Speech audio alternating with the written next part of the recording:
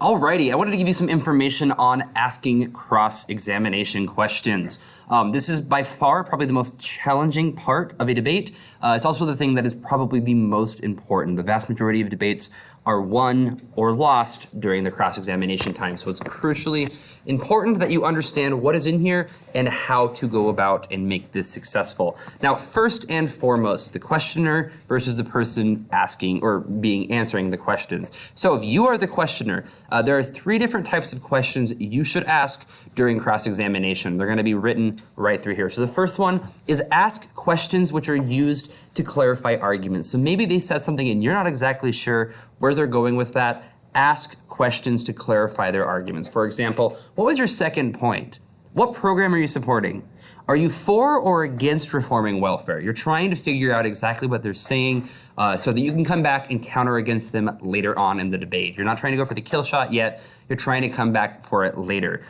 Number two is ask questions about the quality of your opponent's evidence. Okay, for example, what was the date of your evidence? Doesn't that evidence actually say we've already resolved the fish shortage? So right here, you're trying to kind of counter what they said and basically prove that their evidence that they gave is not credible and therefore their argument should not be taken seriously. And number three is ask questions which are used to get your opponent to admit that their case has a weakness. Okay, so the example I give right through here was, do you do better on a test the more you study? Yes. And your evidence comes from a study done in 1982, correct? Yes. Are you aware that another study was done on the same issue in 2013? No. And are you aware that the 2013 study came out and came to a different conclusion? Okay, so a number of different things that I did in that line of questioning. Number one, okay, the first set of questions I asked, I don't go right into what I'm wanting to get them to say because they're probably going to have their guards up. If I ask them a series of questions first, it's going to be harder for them to respond in a way that they want that's going to help their case. If you if you ask them other questions first, you kind of let them let their guard down so you can get in with that kill shot. So right away I'm asking them, do you do better on a test the more you study? The reason I ask this question is if later on they're trying to say we should take the first bit of stuff we do without doing more research, I can go back to this fact that you already admitted to saying that the more you study, the more you do better. We've studied this topic more and more since 1982, and they've came to a different conclusion. So it's a way of me taking what they already said and having that in my back pocket if I need to come back and hit them later. I can ask them that during the cross-examination. I can state that. I can also state that during my rebuttal coming up later on. All these other things is a series of questions that I'm doing to try to get them to the point of admitting that their evidence was flawed. Now, a couple of rules that you should not do during cross-examination. Number one, do not make statements, okay? You should ask questions. Don't say things like, there are many accidents. Let me read a piece of evidence according to. You're gonna do that during your rebuttal. That should be the time where you'd be saying that. This is a time for you to ask questions and hear what the other person says. Let the other person shoot themselves in the foot. Okay, let them get themselves in trouble. For example, ask stuff like, how many accidents are there? More open-ended questions where you can let them go in a number of different ways, trying to get them into a bit of a pickle, for lack of a better term. Don't masquerade your answers. So if you don't know something, simply just go with that. Okay, don't say, didn't we show there are homeless people? Don't ask about what you did. Ask about what they said. Okay, did you show there are only a few homeless people? The difference between this one right here, if I say, didn't we show there are homeless people? You're focused on yourself, and there's not really any way they're going to get out of that. They already know what they need to say to help protect their argument. You're putting it back on them. You can further on later say that we proved this, you didn't. But if you ask them this question now and they can't answer that, that's going to really, really help your case. Okay, the other example, didn't I prove there are many deaths occur each year? They can simply say no, and then you have nowhere else to go with that, compared to how many deaths each year do you claim occur?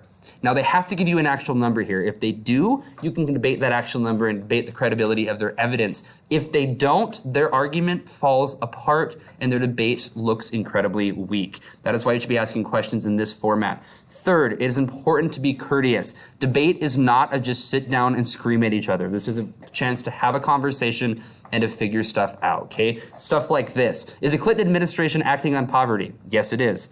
What? Do you know anything? Look, dummy, Clinton's done nothing. Got it?